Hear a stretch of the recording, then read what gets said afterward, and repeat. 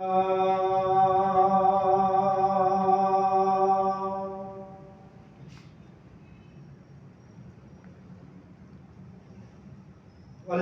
لله المتوحد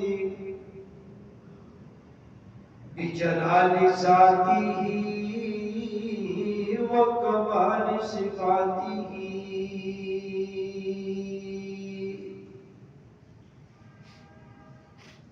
المتقدس في نعوت الجبروت عن شائب النقص وعلاماته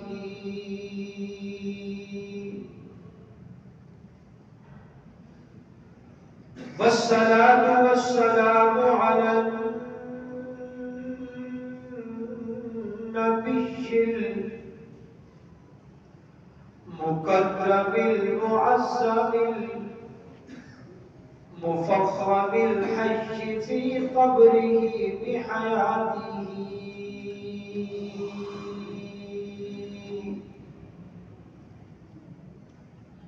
وعلى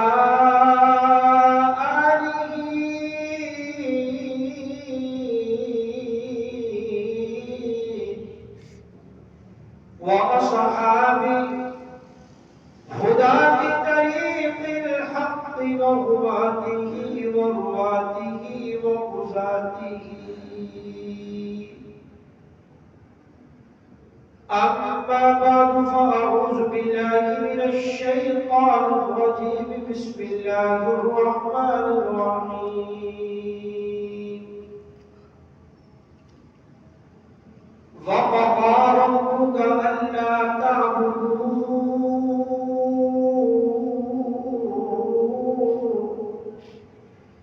إلا إياه وبالوالدين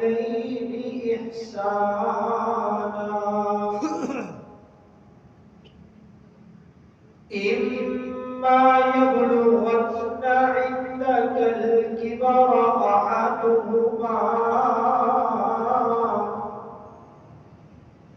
أو كلاهما فلا تقل لهما أف ولا تنهرهما وقل لهما قولا كريما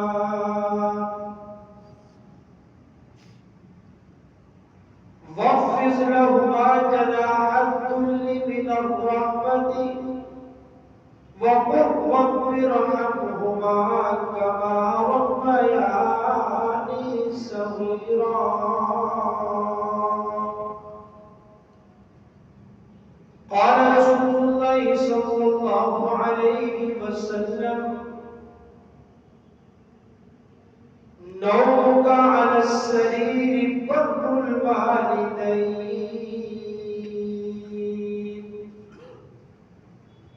تزحكهما ويزحكانك أفضل من جهاد بسيف في سبيل الله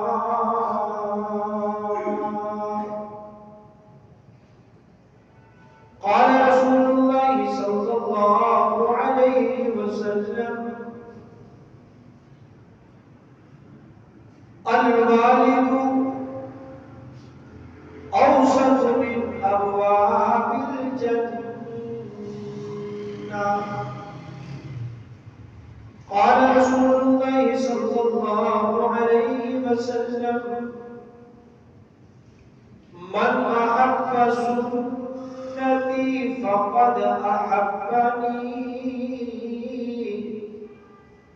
ومن أحبني كان معي في الجنة قال رسول الله صلى الله عليه وسلم من أحب سنتي عند فساد أمتي فله أجر 100 شهيد آمنت بالله صدق الله العظيم وصدق رسوله النبي الكريم ونحن على ذلك لمن الشاهدين والشاكرين والحمد لله رب العالمين.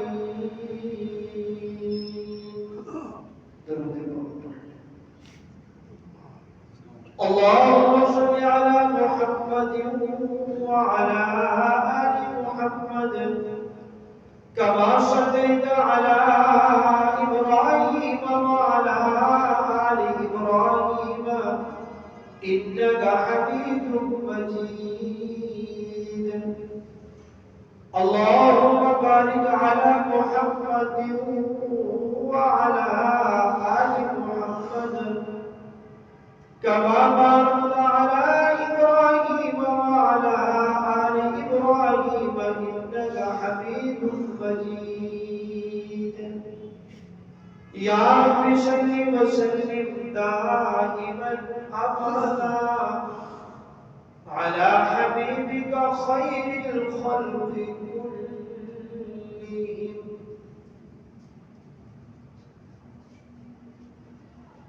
میرے واجب الاحترام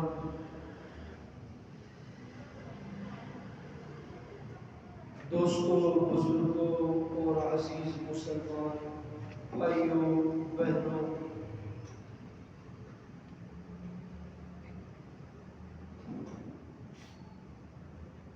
گزشتہ جمعۃ المبارک میں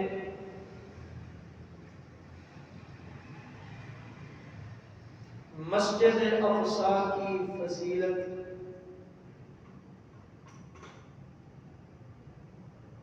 اور ہم مسلمانوں کی مسجد اقصی کے ساتھ وابستگی اور تعلق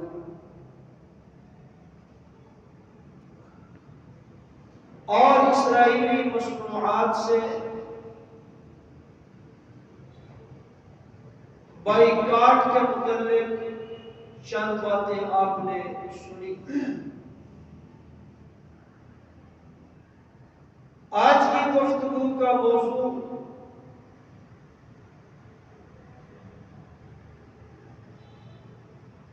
دنیا میں عظیم ترین رشتہ جو اللہ رب العزت جل جلالہ نے انسان کو عطا فرمایا وہ ہے والدین. والدین کے ساتھ حسن سلوک کرنے کا حکم ربی ہے.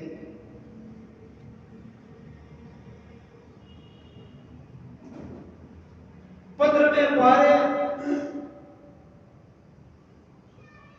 سورۃ بنی اسرائیل کی آیات مبارکہ میں سے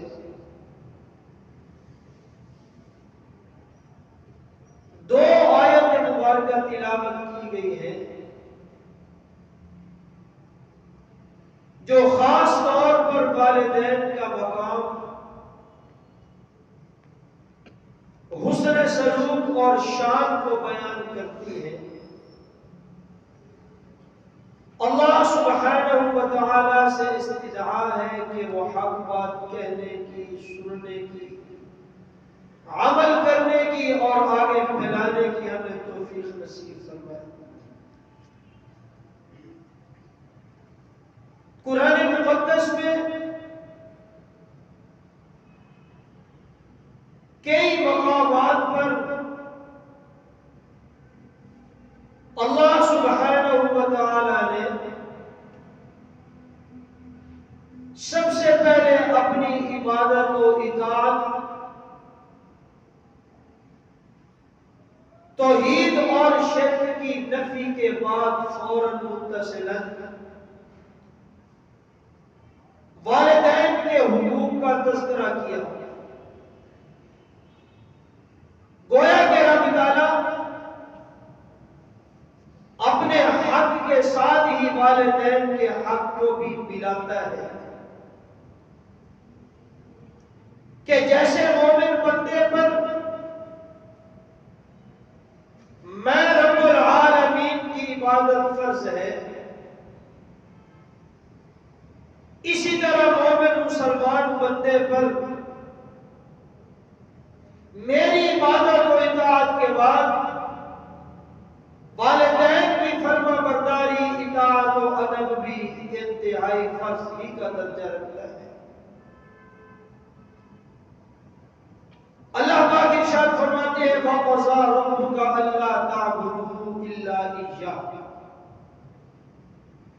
کہ فیصلہ کر دیا تیرے رب نے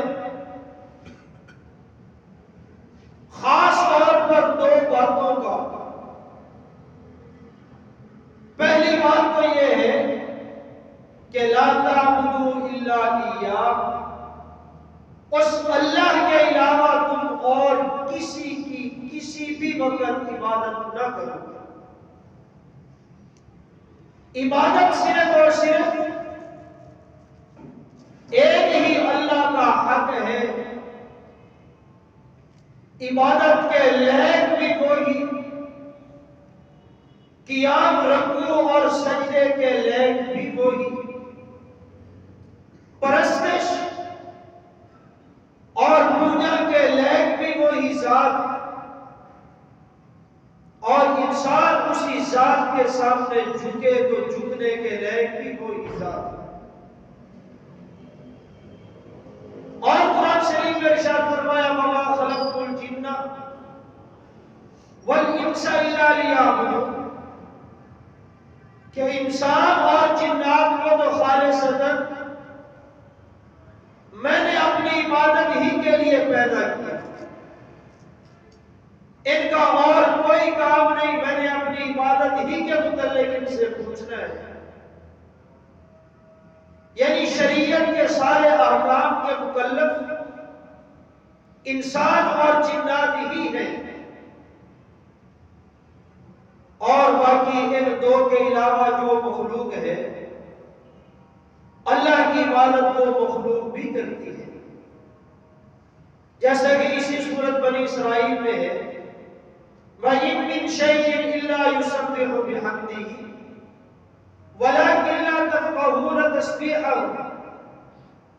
کہ روئے زمین اور آسمان اور فضا خلا، بری اور بحری میں کوئی ایسی چیز نہیں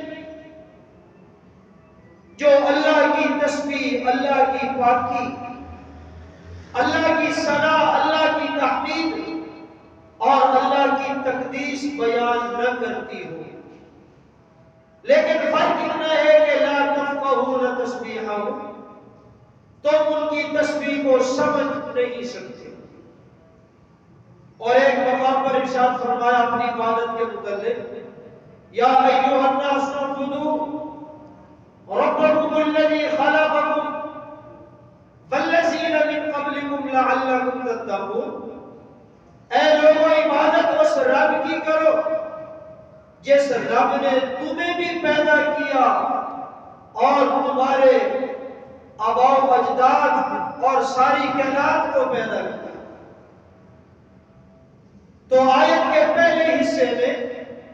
اللہ نے اپنی خالصتاً عبادت کا تذکرہ فرمایا کہ عبادت میری ہو، اطاعت میری ہو، پرستش میری ہو، اور بندے کا جھکنا جو ہے وہ میرے ہی سامنے ہو۔ جیسا کہ کہا جاتا ہے لا معبود الا اللہ،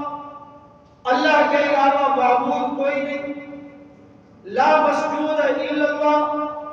اللہ کے علاوہ سجدے کے لائق کوئی نہیں، لا خالق الا اللہ، اللہ کے علاوہ خالق پیدا کرنے والا کوئی نہیں، لا رازق الا اللہ،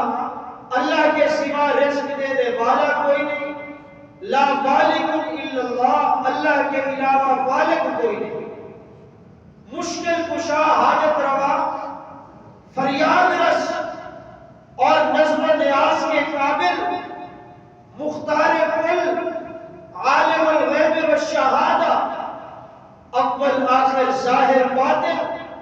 علیم بذات الصدور، علی کل شیء قدیر، اگر کوئی ذات ہے تو وہ ایک اللہ ہی کی ذات ہے۔ تو وَقَضَىٰ رَبُّكَ أَلَّا تَعْبُدُوا إِلَّا إِيَّاهُ، فیصلہ کر دیا تیرے رب نے دو باتوں کا۔ پہلی بات تو یہی ہے کہ عبادت صرف اسی اللہ ہی کا حق ہے۔ ظاہری بات ہے کہ جس کا کھائیے اسی کا گائیے، جس نے انسان کو وجود بخشا، جس نے انسان کو ہاتھ اور پاؤں عطا کیے، جس نے انسان کو آنکھیں، کان، دل و دماغ عطا کیے، جس نے انسان کو بالکل عدم سے نکال کر وجود میں لا کر کھڑا کیا، جس نے انسان کو شکم مادر میں ان ساری نعمتوں سے نوازا جن نعمتوں کو یہ مانگ بھی نہیں سکتا تھا، تو جب باہر آ گیا اپنے شباب اور جوبن پر، اب یہ کہتا ہے کہ میری سنتا کوئی نہیں، حالانکہ جس رب نے پہلے سنی اب بھی وہ ہی سننے والا ہے۔ تو عبادت اسے اللہ کا حق ہے۔ اور دوسری بات جس کو آج خاص طور پر بیان کرنا ہے، وَبِالْوَالِدَيْنِ إِحْسَانًا، ماں باپ کے ساتھ اچھا سلوک کرنا، والدین کے ساتھ حسن خوبی، حسن سلوک کے ساتھ پیش آنا، عبادت اللہ کی، اور والدین کے ساتھ حسن سلوک۔ اور یہ حکم کوئی عام حکم نہیں، اللہ سبحانہ و تعالیٰ نے ان دو باتوں کا حکم بنی اسرائیل سے بھی وعدہ لیا، اور حضرت آدم علیہ السلام سے لے کر آخری امت محمدیہ تک تمام انبیاء پر یہی وعدہ نازل کیا، ان کی امتوں سے بھی یہی وعدہ لیا، عبادت اور والدین کے ساتھ حسن سلوک کا۔ اور ان انبیاء پر رب تعالیٰ نے جو کتابیں نازل کی، جو صحیفے نازل کیے، ان کتب سماویہ، ان صحف سماویہ کے اندر بھی رب نے عبادت اور والدین کے حسن سلوک کا عہد اور وعدہ لیا۔ اما یبلغن عندک الکبر، اللہ پاک ارشاد فرماتے ہیں کہ اے بندے، اگر تیری حیاتی میں، اگر تیری زندگی میں ان دونوں میں سے کوئی ایک، او کلاہما، یا یہ دونوں ضعف، کمزوری اور بڑھاپے کی حالت تک پہنچ جائے، دونوں میں سے کوئی ایک یا دونوں، یہ تفریق رب تعالیٰ نے کیوں کی؟ حالانکہ بڑھاپے کی حالت اور کیفیت تک تو دونوں نے پہنچنا ہے، لیکن اللہ فرماتے ہیں اے بندے، تیری زندگی میں دونوں میں سے کوئی ایک یا دونوں اگر والدین بڑھاپے کو پہنچ جائیں، تفریق اس لیے فرمائی کیونکہ عام طور پر رواج ہے کہ جس وقت شادی اور بیاہ ہوتا ہے تو مرد کی عمومی طور پر عمر جو ہے وہ کچھ زیادہ ہوتی ہے، اور خاتون کی، عورت کی عمر جو ہے وہ بقدر کم ہوتی ہے، اور عام طور پر مرد جو ہے وہ بڑھاپے کو بنسبت عورت سے پہلے پہنچتا ہے۔ اس لیے فرمایا تیری زندگی میں ان دونوں میں سے کوئی ایک بوڑھا ہو جائے یا دونوں بڑھاپے کو پہنچ جائے، او کلاہما فلا تقل لہما اف، اے اللہ کے بندے، اے انسان، تو ان دونوں کے سامنے کلمہ اف تک نہیں کہہ سکتا، فلا تقل لہما اف، نہ تو کہے ان دونوں کے لیے کلمہ اف۔ اللہ نے ماں باپ کا کتنا ادب و احترام بیان فرمایا۔ اب یہ کلمہ اف کیا چیز ہے؟ یاد رکھیے، ہر وہ کلمہ جو انسان اپنی زبان سے، اپنے منہ سے نکالتا ہے، اور اس کلمے سے، اس جملے سے، اس کلام سے، اس لفظ سے والدین کو تکلیف ہوتی ہو، اس کلمے کو کلمہ اف کہتے ہیں۔ جیسا کہ عام طور پر آپ نے دیکھا والدین اپنی اولاد کو بلاتے ہیں تو بسا اوقات آگے سے ہوں یا ہاں کہہ دیتے ہیں، حالانکہ نعم کا لفظ استعمال ہوا ہے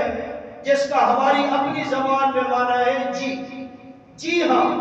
تو کلمہ اف میں ہر تکلیف دینے والا کلمہ جو ہے وہ داخل ہو جاتا ہے۔ چنانچہ ایک اللہ والے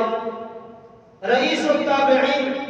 حضرت سعید بن مسیب رحمہ اللہ ارشاد فرماتے ہیں کہ اولاد کو اپنے والدین کے ساتھ، اولاد کو اپنے والدین کے سامنے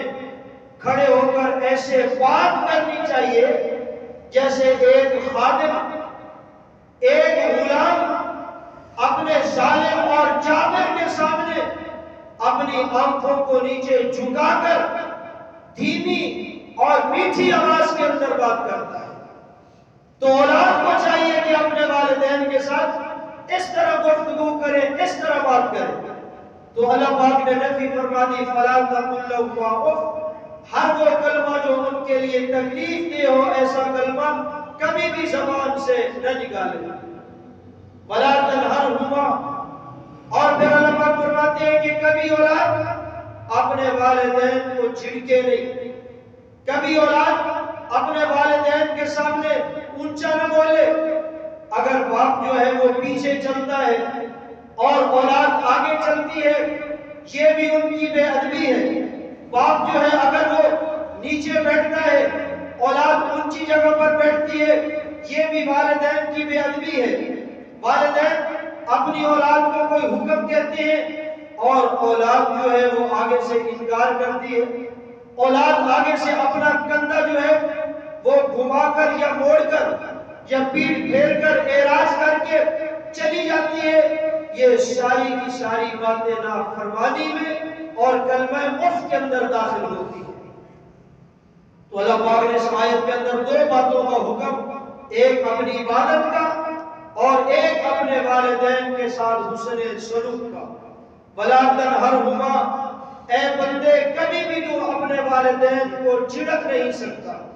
اپنے والدین کو ڈانٹ نہیں سکتا، ان کے سامنے تو اونچی گفتگو نہیں کر سکتا، اونچا کلمہ زبان سے نکال نہیں سکتا. عام طور پر ایسے ہوتا ہے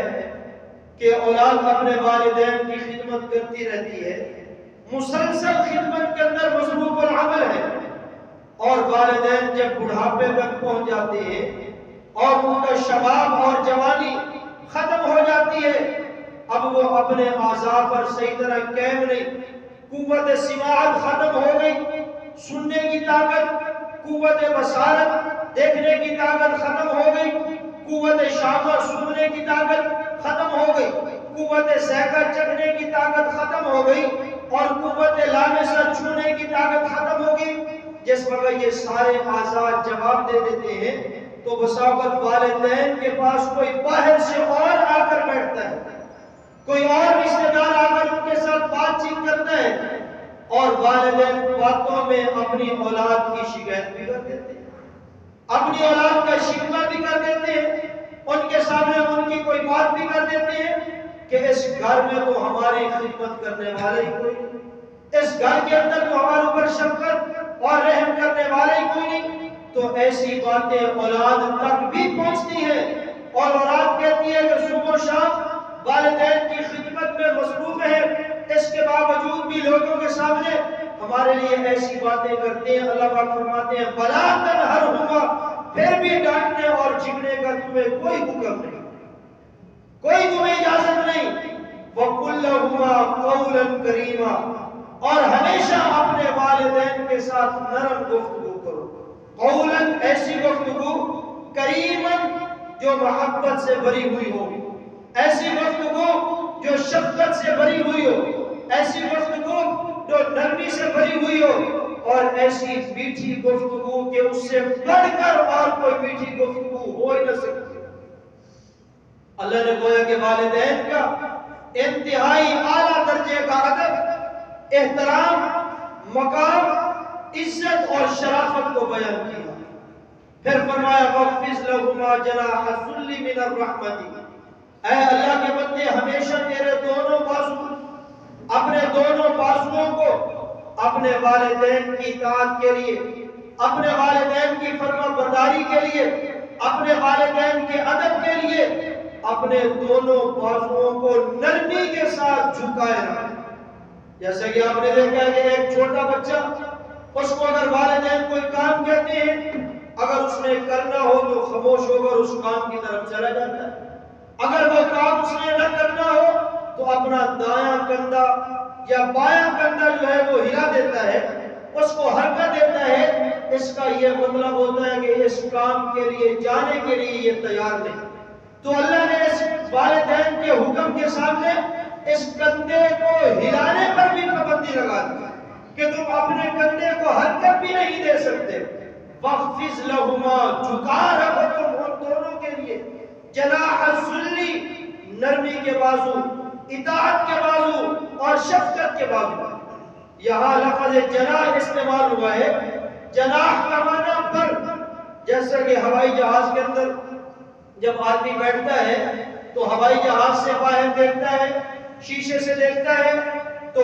پرندے جو ہے وہ اپنے پروں کے سہارے اڑ رہے ہوتے ہیں اور اپنے دونوں پروں کو بالکل جھکا کر رکھتے ہیں، انہی پر پرواز کرتے ہیں، اڑتے ہیں۔ اگر پرندے کا ایک پر کاٹ دیا جائے یا دونوں پر کاٹ دیے جائیں یا کچھ حصہ پروں کا کاٹ دیا جائے، پھر اس کو پرواز نہیں ملتی، پھر اس کی اڑان کے اندر، اڑنے کے اندر، پرواز کرنے کے اندر فرق آ جاتا ہے۔ تو اللہ نے یہاں جناح الذلی، اے بندے اپنی نرمی کے پر بازو جھکائے رکھ، اگر ان بازوؤں کو جھکائے رکھے گا والدین کی نافرمان برداری کے لیے، پھر اللہ تعالیٰ انہی پروں کے ذریعے تجھے پرواز عطا کرے گا۔ جیسے پرندے کو پرواز ملتی ہے،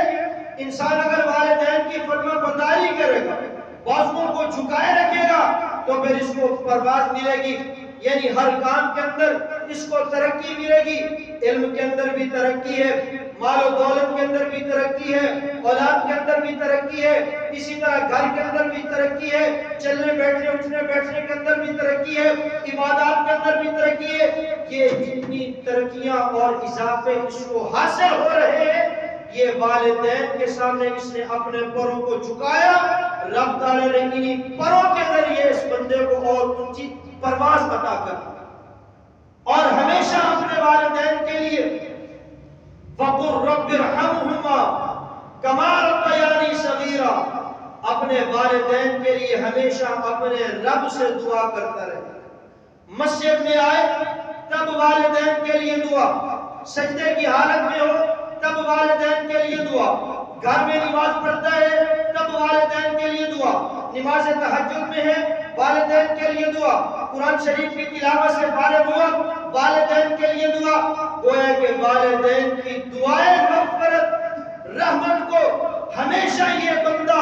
اپنا فریضہ بنا لے، اپنا وظیفہ بنا لے کہ کوئی دعا کے لمحات والدین کے لیے دعا سے خالی اور فارغ نہ ہو، کیونکہ یہاں حکم ہے وَقُلْ رَبِّ ارْحَمْهُمَا، اے اللہ کے بندے تو یوں کہا کر، اے اللہ ارحمہما، ان دونوں پر رحمت اور کرم والا معاملہ فرما، ان دونوں کی اچھی تربیت، ان پر رحمت نازل کر، کما ربیانی صغیرا، جیسا کہ میرے والدین نے بچپن کے اندر مجھ پہ میرے اوپر رحم کیا، میری اچھی تربیت کی، میری اچھی کفالت کی، جیسے بچپن میں انہوں نے میرے اوپر رحم کیا، اب یہ گویا کہ اپنی آخری عمر ضعف کے درجے کے اندر پہنچ چکے، یا اللہ ان پر بھی ایسے ہی رحم کر۔ اور یہ رحمت کی دعا اللہ نے یہاں قرآن شریف میں جناب رسول اللہ صلی اللہ علیہ وسلم کو یہ سبق دیا کہ حضرت آپ خود بھی اپنے والدین کے لیے اور اپنی امت کو بھی یہ سبق دے دیں۔ اور اسی طرح حضرت ابراہیم علیہ السلام کی دعا جو انہوں نے اپنے والدین کے لیے مانگی، اللہ کو وہ دعا اتنی محبوب اور پسند آئی کہ رب تعالیٰ نے اپنی شایان شان کے مطابق اس کا تلفظ کر کے اس کو اپنا کلام بنا دیا اور اپنے قرآن شریف کے اندر نازل کر دیا، اور ہر نماز میں ہر بندے کے لیے لازم کر دیا کہ اس دعا کو پڑھ۔ دعا ہم پڑھتے ہیں ربی جعلنی مقیم الصلاۃ ومن ذریتی ربنا وتقبل دعاء ربنا اغفر لی ولوالدی، یہ حضرت ابراہیم علیہ السلام کی دعا ہے کہ یا اللہ میری بھی مغفرت فرما اور میرے والدین کی بھی مغفرت اور بخشش فرما۔ تو دیکھو پیغمبر کو رب تعالیٰ نے یہ دعا بتلائی کہ اپنے والدین کے لیے مغفرت اور بخشش کی ہمیشہ دعا کر، اور پھر ہماری نماز کا، ہمارے قرآن کا حصہ بنا دیا۔ اور 29ویں پارہ سورۃ نور کے اندر حضرت علیہ السلام کی دعا رب اغفر لی ولوالدی ولمن دخل، یا اللہ میری بھی مغفرت فرما اور میرے والدین کی بھی مغفرت فرما۔ تو حضور صلی اللہ علیہ وسلم کو بھی یہ دعا ملی، اسی طرح حضرت ابراہیم علیہ السلام کو بھی رب تعالیٰ نے یہ دعا عطا کی، حضرت علیہ السلام کو بھی یہ دعا کی۔ تو 1,24,000 کم و بیش پیغمبر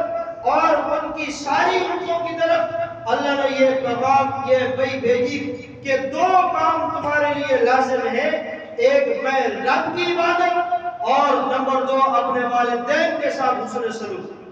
لیکن یہاں یہ بات یاد رکھیے، ضروری نہیں کہ والدین ولی ہو، متقی ہو، پرہیزگار ہو، نیک ہو تو ہم ان کے لیے دعا کریں۔ نہیں، یہاں یہ کوئی شرط نہیں، یہ کوئی قید نہیں۔ اگر والدین ولی ہیں تب بھی ان کے لیے دعا کرے، غیر ولی ہیں تب بھی ان کے لیے دعا کرے، متقی ہیں تب بھی دعا کرے، غیر متقی ہیں تب بھی ان کے لیے دعا کرے، نمازی ہیں تب بھی ان کے لیے دعا کرے، غیر نمازی ہیں تب بھی والدین کے لیے دعا کرے، والدین نیک ہیں تب بھی دعا کرے، اگر نیک نہیں تب بھی والدین کے لیے دعا کرے۔ کوئی درمیان کے اندر قید نہیں کہ ایسے ہوں ویسے ہوں تو ان کے لیے دعا کریں۔ اللہ نے یہ سبق کو ایک انسانیت کو عطا فرمایا۔ اور حدیث شریف کے اندر ارشاد ہے، امام بہقی رحمہ اللہ اپنی سنن بہقی کے اندر، امام بہقی رحمہ اللہ اپنی سنن بہقی کے اندر روایت بیان کرتے ہیں کہ جناب رسول اللہ صلی اللہ علیہ وسلم نے والدین کے مقام کو اجاگر کرتے ہوئے والدین کی عزت اور شرافت اور رتبے درجے کو اولاد کے دل میں بٹھانے کے لیے آپ نے ایک بڑا پیارا ارشاد فرمایا۔ حضور نے یہ ارشاد فرمایا، نومک علی السریر، نومک علی السریر بر الوالدین، اے اللہ کے بندے، رات کو جس وقت تو اپنی چائی پر، اپنی چارپائی پر آتا ہے سونے کے لیے، لیٹنے کے لیے، اور تیرے والدین جو تیرے ساتھ لیٹے ہوئے ہیں ان کی حالت یہ ہے کہ وہ ضعیف ہیں، وہ کمزور ہیں، کبھی ضعف کی حالت، کبھی کمزوری کی حالت، کبھی بیماری کی حالت، مختلف حال و احوال ان کے ہیں، وہ تیرے ساتھ لیٹے ہوئے ہیں، سوئے ہوئے ہیں، تُزْحِكُهُمَا يُزْحِكَانِ، وہ تو ان کو ہنسا اور وہ تجھے ہنسا، یعنی اپنی چارپائی پر، اپنے بستر پر آ کر رات کو اپنے والدین کے ساتھ پیار و محبت کی باتیں کرنا، ان کے ساتھ اٹھنا بیٹھنا اور اسی طرح ان کو اچھے لطیفے سنانا، ہر قسم کی وہ باتیں جو ان کو خوش کر دے۔ اگر اس بندے نے اپنی باتوں کے ساتھ اپنے والدین کو ہنسایا، خوش کیا، حضور صلی اللہ علیہ وسلم ارشاد فرماتے ہیں کہ اپنے ہاتھ میں تلوار لے کر میدان جہاد میں جہاد کرنے سے تلوار کے ساتھ یہ عمل زیادہ افضل ہے۔ اپنے والدین کو ہنسانا۔ آج حالت یہ ہے کہ والدین کو اپنی اولاد سے سب سے بڑا شکوہ ایک ہی ہوتا ہے، والدین کو اپنی اولاد کے ساتھ جو سب سے بڑا شکوہ، جو سب سے بڑی شکایت ہے وہ ایک ہی ہوتی ہے۔ والدین کہتے ہیں کہ یہ ہمارا بیٹا، یہ ہماری بیٹی ہمہ وقت مصروف رہتا ہے، یہ ہمیں ٹائم ہی نہیں دیتا، ہمارے پاس آتا ہی نہیں، ہمارے پاس بیٹھتا ہی نہیں، ہمارے ساتھ باتیں نہیں کرتا۔ جب بھی اس سے پوچھو، کبھی کہتا ہے میں سکول جا رہا ہوں، کبھی کہتا ہے کالج جا رہا ہوں، کبھی کہتا ہے یونیورسٹی جا رہا ہوں، کبھی کہتا ہے فلاں دوستوں کے ساتھ، فرینڈز کے ساتھ میرا بیٹھنا ہے، کبھی کہتا ہے فلاں برتھ ڈے پر جا رہا ہوں۔ ہر وقت اس کا آنا جانا چلنا پھرنا مصروف رہتا ہے، یہ ہمارے پاس بیٹھتا ہی نہیں، یہ ہمیں وقت ہی نہیں دیتا۔ اور اس کی وجہ کیا ہے؟ اولاد اپنے والدین کے پاس کیوں نہیں بیٹھتی؟ ظاہری بات ہے کہ وہ ضعیف ہیں، کمزور ہو چکے ہیں، بیماری کی حالت میں ہیں کچھ والدین، اور اولاد جو ہے یہ لٹ پڑ گئی، اپنے شباب اور جوانی پر پہنچ گئی۔ اب والدین جو ہیں انہوں نے تو اپنی کیفیت، اپنی حیثیت کے مطابق باتیں کرنی ہے۔ اگر گاؤں کے رہنے والے ہیں تو گاؤں کی باتیں کریں گے، والدہ جو ہے وہ اپنا رونا روئے گی، اور باپ جو ہے وہ اپنے ٹکڑے اولاد کو سنائے گا۔ اور والدین ظاہری بات ہے جتنی ان کی تعلیم ہے، جتنی ان کی تربیت ہے، جتنا ان کے پاس نالج ہے، جو ان کی کیفیات ہے، جو کچھ انہوں نے اپنے زمانے اپنے دور کے اندر دیکھا، انہوں نے اس کے مطابق باتیں کرنی ہے۔ آج والدین بیٹھ کر اولاد کے ساتھ منطق کی باتیں تو نہیں کر سکتے، فلسفہ کی باتیں نہیں کر سکتے، کیمسٹری، بیالوجی اور اس طرح میڈیکل سائنس کی باتیں نہیں کر سکتے۔ انہوں نے اپنی کیفیات کی باتیں کرنی ہے، اور اولاد جو ہے وہ لکھ پڑ گئی، والدین کے پاس بیٹھنے کے لیے وقت ہی نہیں۔ تو والدین کا سب سے بڑا شکوہ یہی ہے کہ ہماری اولاد ہمارے پاس بیٹھے. جس وقت یہ اولاد اپنے والدین کے پاس بیٹھے گی تو پھر والدین کا دل خوش ہوگا اور ان کو احساس ہوگا ہمارا بیٹا اور ہماری بیٹی ہمارے ساتھ بیٹھتے ہیں، ہمارے دکھ درد کے ساتھی ہیں، ہماری باتیں سنتے ہیں. وہ جیسی بھی باتیں سنائیں، بس اوقات ایسی باتیں سناتے ہیں جو ہمارے ذہن سے ماورا،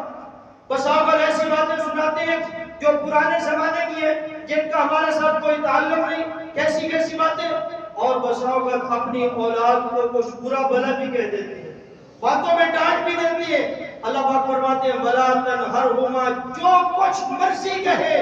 ڈانٹ بھی نہیں سکتا. وَقُلْ لَهُمَا قَوْلًا كَرِيمًا، تو نے ہمیشہ اپنے والدین کے لیے بات کرنی ہے تو نرم کرنی ہے، اچھا لہجہ، اچھا ٹاپک، اچھی زبان استعمال کرنی ہے. اور حدیث پاک میں آیا ہے کہ انسان، نبی پاک صلی اللہ علیہ وسلم سے پوچھا گیا حضرت یہ بتلائیں کہ کس گناہ کی وجہ سے انسان زیادہ تر آگ میں جائیں گے،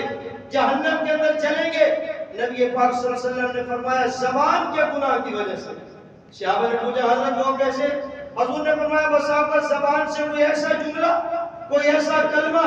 ایسا لفظ نکال بیٹھتا ہے اس کو پتہ بھی نہیں چلتا اس کا نام اہل جہنم میں سے لکھ دیا جاتا ہے. تو زبان کا زخم کبھی نہیں مٹتا. حضرت علی المرتضی رضی اللہ تعالی عنہ کا بڑا پیارا عربی زبان کے اندر شعر ہے، فرماتے ہیں جراحات السنان لہل تیام ولا یتام الا ما جرح اللسان، کہ دنیا کے اندر نیزے کا زخم مٹ جاتا ہے، تلوار کا زخم مٹ جاتا ہے، چھری اور چاقو کا زخم مٹ جاتا ہے، اگر نہیں مٹتا تو وہ زبان کا زخم نہیں مٹتا. اس لیے اللہ نے فرمایا وَقُلْ لَهُمَا قَوْلًا كَرِيمًا، والدین کے ساتھ جو گفتگو ہو نرم بھری ہو، شفقت والی، میٹھے الفاظ والی گفتگو ہو. اور یاد رکھیے جیسے ہم میں سے ہر ایک والد کی یہ حالت ہے، جب ہم اپنی اولاد کے پاس بیٹھتے ہیں، اولاد کے ساتھ ان کے بچپانہ کی باتیں کرتے ہیں، بچے بن جاتے ہیں، اولاد کے ساتھ کھیلتے بھی ہیں، اولاد کے ساتھ ہنستے بھی ہیں، اولاد کے ساتھ بیٹھتے بھی ہیں، یعنی بچے بن جاتے ہیں، ان کے ساتھ ویسی ہی بچوں والی باتیں کرتے ہیں، ہماری اولاد ویسے ہی خوش ہوتی ہے. تو اسی طرح ہمیں بھی چاہیے کہ بچے بن کر اپنے والدین کے پاس بیٹھ کر ان کی باتیں ویسے ہی سنیں جیسے ہی وہ کرتے ہیں، اور ان کی بات اور ہاں کے اندر ہاں ملائیں. نبی پاک صلی اللہ علیہ وسلم حسنین کریمین رضوان اللہ علیہ اجمعین کے پیچھے بھاگتے، ان کو پکڑتے اور ان کے ساتھ کھیلتے. حالانکہ حضور صلی اللہ علیہ وسلم تو وہ ہستی ہیں جن کے دیدار اور زیارت کے لیے تمام ملائکہ ترستے ہیں. حضور صلی اللہ علیہ وسلم تو وہ ہستی ہے جن کی قدم بوسی کے لیے عرش معلی جو ہے وہ ترستا ہے. نبی پاک صلی اللہ علیہ وسلم تو وہ ہستی ہے قدسیان فلک جن کے دیدار اور جلوہ کے لیے انتظار میں رہتے ہیں. حضور صلی اللہ علیہ وسلم ساری کائنات کے وہ بادشاہ ہیں کہ جن کے لیے تمام انبیاء کی یہ خواہش کہ ہم آپ کی ابتدا کے اندر صف بندی میں نماز پڑھیں. کل کائنات کے بادشاہ لیکن اپنے گھر سے باہر نکلتے ہیں، کیا دیکھتے ہیں کہ مدینہ منورہ کی گلی میں حسنین کریمین دونوں شہزادے کھیل کے اندر مصروف ہیں. آپ ان کے پیچھے بھاگے ان کو پکڑنے کے لیے، دونوں شہزادے اور آگے بھاگے. آپ صلی اللہ علیہ وسلم پھر ان کے پیچھے، وہ دوسری طرف نکل گئے، آپ نے بھی پھر ان کا پیچھا کیا، حتیٰ کہ دونوں شہزادوں کو پکڑا اور اپنے کندھوں پر بٹھا لیا. آج کون باپ ہے جو اپنی اولاد کو اپنے کندھوں پر بٹھا کر گھر سے باہر نکلتا ہے؟ ہم تو اپنے وقار، عزت و آبرو، احترام اور اکرام کے چکروں کے اندر رہتے ہیں. بتائیے کہ حضور صلی اللہ علیہ وسلم سے بڑھ کر کسی کا سٹیٹس ہو سکتا ہے؟ آپ سے بڑھ کر کسی کا مرتبہ، کسی کی عزت ہو سکتی ہے؟ آپ شہزادوں کے پیچھے بھاگتے بھی ہیں، ان کو پکڑتے بھی ہیں، حتیٰ کہ ان کو اپنے کندھوں پر سوار بھی کرتے ہیں. ایک حدیث شریف کے اندر یہ ارشاد ہے کہ دونوں شہزادے